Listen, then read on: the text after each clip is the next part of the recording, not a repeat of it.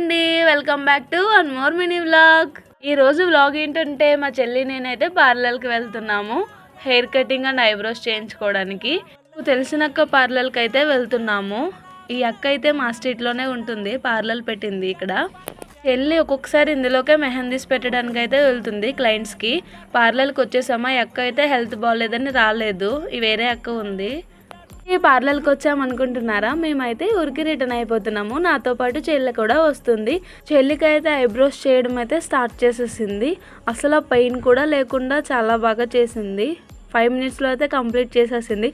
తర్వాత నేను కూడా భయపడ్డాను, కానీ చేంజ్ చేసుకున్నాను ఎలాగొకలాగా. ఈ క్లాక్ అయితే నాకు చాలా బాగా నచ్చింది. మీకు కూడా నచ్చిందా? నచ్చితే కామెంట్ చేసేయండి. ఫస్ట్ అయితే చాలా భయపడ్డాను, నేను అసలు ఎప్పుడు ఐబ్రోస్ చేయించుకోను, కానీ అక్క పెయిన్ లేకుండా చేసింది.